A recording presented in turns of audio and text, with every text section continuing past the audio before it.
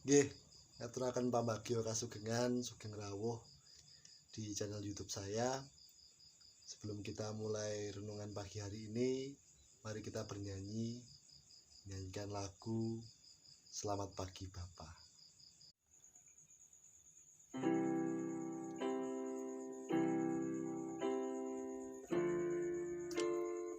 Selamat pagi Bapa, selamat pagi Yesus, selamat pagi Roh Kudus. Terima kasih atas anugerah-Mu. Semalam telah berlalu, ku memuji, ku bersyukur, ku muliakan nama-Mu. Allah Bapa, Putra dan Roh Kudus. Terima kasih, ku memuji, ku bersyukur,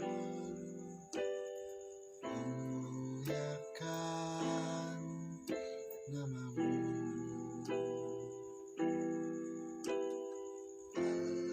Allah Bapa, Putra Roh Kudus.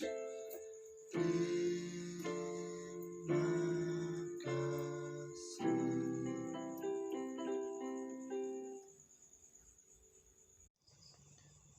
Sebelum kita lebih lanjut untuk membaca Alkitab dan merenungkannya bersama-sama, mari kita mulai dengan berdoa. Saya antarkan. Tuhan Yesus, terima kasih Tuhan buat kesempatan pagi hari ini. Kami boleh bangun, kami boleh menikmati hari pemberian Tuhan. Terima kasih Tuhan untuk penyertaan-Mu semalam. Terima kasih Tuhan untuk setiap penyertaan-Mu hingga pada saat hari ini kami boleh kembali lagi menikmati sapaan pagi-Mu. Tuhan, mohon penyertaan-Mu, berikan kami akal budi yang terbuka, berikanlah kami kemampuan untuk memahami apa yang Tuhan kehendaki dalam kehidupan kami. Terima kasih Tuhan Yesus. Haleluya. Amin. Bacaan kita hari ini terambil dari Injil Matius. Matius 6 ayatnya yang ke-25 sampai 34. Dengan judul perikop hal kekhawatiran. Mari kita baca bersama-sama. Hal kekhawatiran. Karena itu aku berkata kepadamu, janganlah khawatir akan hidupmu, akan apa yang hendak kamu makan atau minum. Dan janganlah khawatir pula akan tubuhmu, akan apa yang hendak kamu pakai.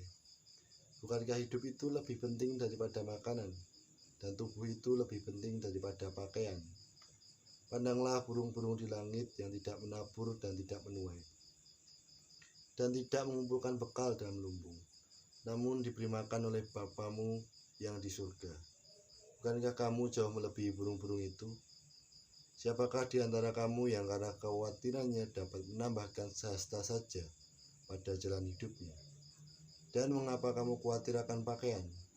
Perhatikanlah bunga bakung di ladang yang tumbuh tanpa bekerja dan tanpa memintal. Namun aku berkata kepadamu, Salomo dalam segala kemegahannya pun tidak berpakaian seindah salah satu dari bunga itu. Jadi jika demikian Allah mendandani rumput di ladang yang hari ini ada dan besok dibuang ke dalam api, tidakkah Ia akan terlebih dahulu mendandani kamu, hai orang yang kurang percaya? Sebab itu janganlah kamu khawatir dan berkata, apakah yang akan kami makan? Apakah yang akan kami minum? Apakah yang akan kami pakai? Semua itu dicari bangsa-bangsa yang tidak mengenal Allah. Akan tetapi Bapamu yang di surga tahu bahwa kamu memerlukan semuanya itu. Tetapi carilah dahulu kerajaan Allah dan kebenarannya, maka semuanya itu akan ditambahkan kepadamu. Sebab itu janganlah kamu khawatir akan hari esok, karena hari esok mempunyai kesusahannya sendiri. Kesusahan sehari cukuplah untuk sehari. Baik saudara-saudara, ini yang menjadi dasar dalam kita merenungkan Alkitab pada kesempatan pagi hari ini. Saderengipun niki gladi wanuh gulang tepang nggih, kalau orang Jawa boleh bilang. Derek nepangaken nami kula Yuda Adiputra, kula saking Jogja. Nggih. Bapak Ibu, saudara-saudara, siapa yang belum pernah merasakan khawatir? Saya kira kita semua pernah merasakan khawatir. Nah, jika kita baca lagi, kita perhatikan dalam perikop yang kita baca tadi, ini merupakan bagian dari khotbah di bukit yang dikatakan oleh Yesus yang ditulis dalam kesaksian Injil Matius. Khotbah ini terdiri dari banyak hal. Ada ucapan bahagia, garam dan terang dunia, hal memberi sedekah, hal berdoa, hal berpuasa, dan yang menjadi bahasan kita pada pagi hari ini adalah hal kekhawatiran. Boleh dikatakan ini menjadi semacam perikop favorit saya mengenai kekhawatiran. Nah, saudara-saudara sekalian, kita saat ini tentu hidup dalam dilema kekhawatiran, dan saudara-saudara pernah mengalaminya. Bagi saudara-saudara yang bekerja, mungkin khawatir kalau keluar rumah bisa terpapar virus corona.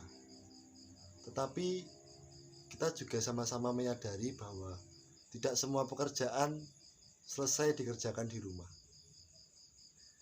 Belum lagi kekhawatiran besok apakah saya masih bisa bekerja dengan kondisi pandemi yang seperti ini. Belum lagi bagaimana dengan pekerjaan saya, apakah dapat memuaskan. Banyak kekhawatiran lain dalam pergumulan kita bekerja hari lepas hari. Bagi saudara-saudara yang sedang berkuliah, bekerja, belajar di sekolah, tentu juga mengalami kekhawatiran. Yang bersekolah, saya rasa pernah mengalami kekhawatiran, bagaimana besok saya lulus? Apakah saya bisa memiliki kompetensi yang diharapkan? Kan belajarnya semuanya daring. Padahal saya butuh praktek, saya butuh belajar secara langsung. Bagi anak-anak kita tentu juga mengalami kekhawatiran. Bagaimana dengan perkembangan mereka? Bagaimana dengan pertemanan mereka jika hanya melewat media virtual saja? Hal seperti ini tentu kita alami dalam kehidupan kita di tengah pandemi seperti ini. Terlebih dengan berbagai macam keterbatasan yang kita alami. Kita menjadi mudah khawatir dalam menjalani kehidupan. Semua itu ibarat dirangkum menjadi pertanyaan. Sesuk kepiye? Besok bagaimana? Bagaimana hari esok?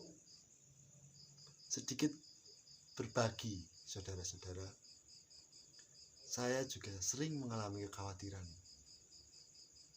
Berkaca dari beberapa pengalaman saya. Saya dulu STM di STM Pembangunan Yogyakarta. Jarak antara rumah dengan STM sekitar 20 km. Orang tua saya seorang petani. Saya pergi berangkat sekolah subuh, naik sepeda. Setelah itu berjualan makanan ringan. Semua itu saya lakukan untuk membayar sekolah, untuk memenuhi kebutuhan saya belajar. Dalam menjalaninya, saya sering kali merasakan kekhawatiran. Khawatir kalau teman-teman saya tidak bisa menerima saya. Khawatir kalau usaha yang saya lakukan dengan sangat militan itu gagal. Khawatir kalau besok saya tidak bisa sekolah. Khawatir kalau saya dirasani, kalau saya dipermalukan. Tapi dalam perjalanannya saya merasakan apa yang menjadi penyertaan Tuhan itu nyata. Dalam setiap kekhawatiran yang saya alami, selalu ada karya Tuhan yang nyata. Ibaratnya dilalah ono wae dalane. Dan setelah berjalannya waktu, saya bisa merefleksikan, kok bisa ya saya mengalami hal seperti itu, padahal dulu saya khawatir. Saudara-saudara mungkin juga memiliki pengalaman kekhawatirannya sendiri-sendiri. Saudara-saudara mungkin juga khawatir akan apa yang menjadi masa depan saudara-saudara.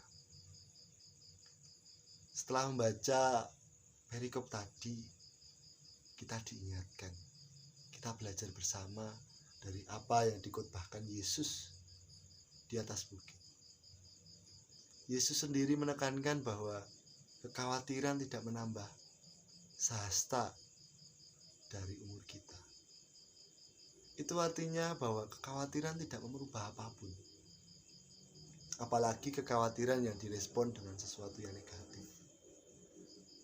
Tetapi saudara-saudara, dalam hemat saya, kekhawatiran dapat menjadi sesuatu yang bermakna positif. Dapat menjadi motivasi. Jika kekhawatiran itu kita alihkan dengan melakukan apa yang bisa kita lakukan. Kalau dalam bahasa Jawa, dilakoni sik apa sing ana, apa sing ketok dilakoni sikik. Nah, seperti itu kekhawatiran dapat kita alihkan dalam berbagai macam kegiatan yang ono, yang ketok meripat, ketok moto. Jadi kita tidak terfokus pada gambaran masa depan yang masih ngawang. Kita berfokus pada hari ini, apa yang bisa kita lakukan yang terbaik untuk hari ini.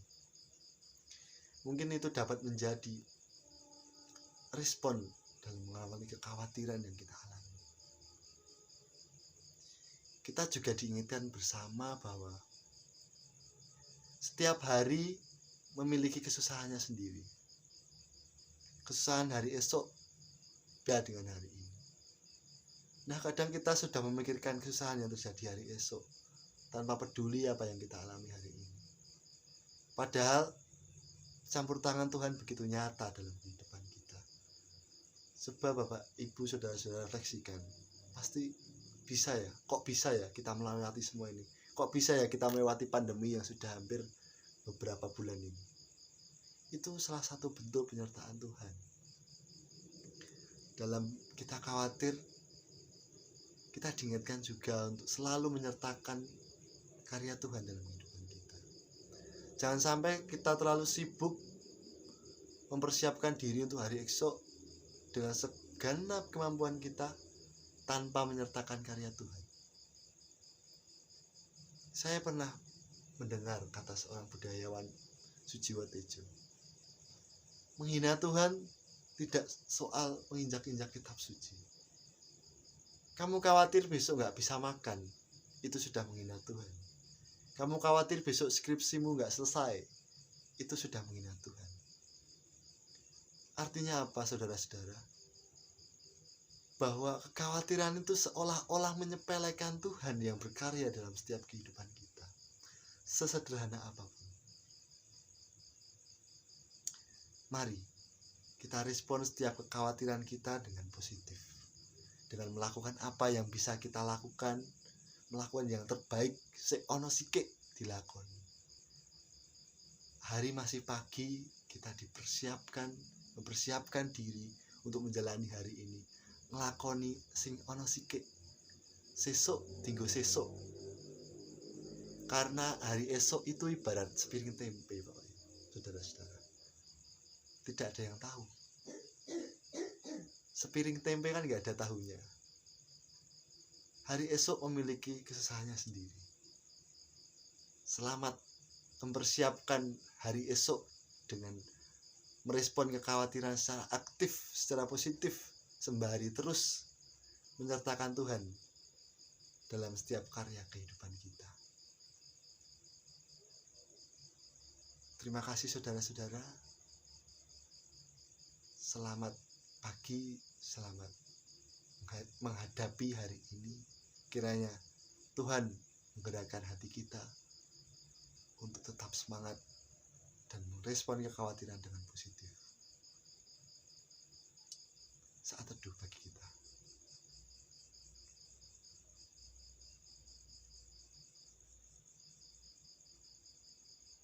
Cukup.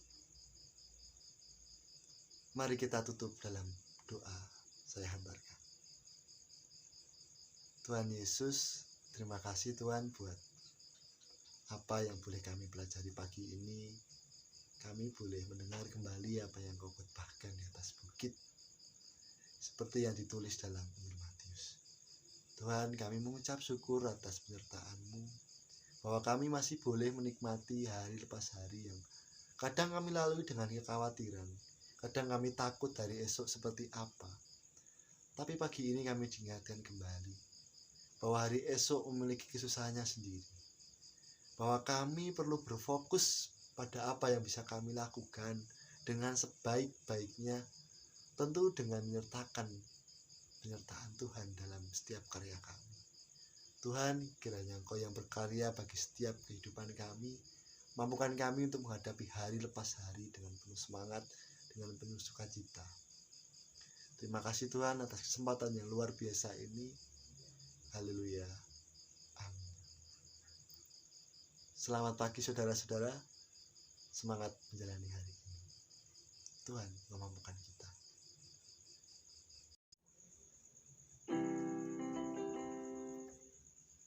Ku tak membawa apapun juga.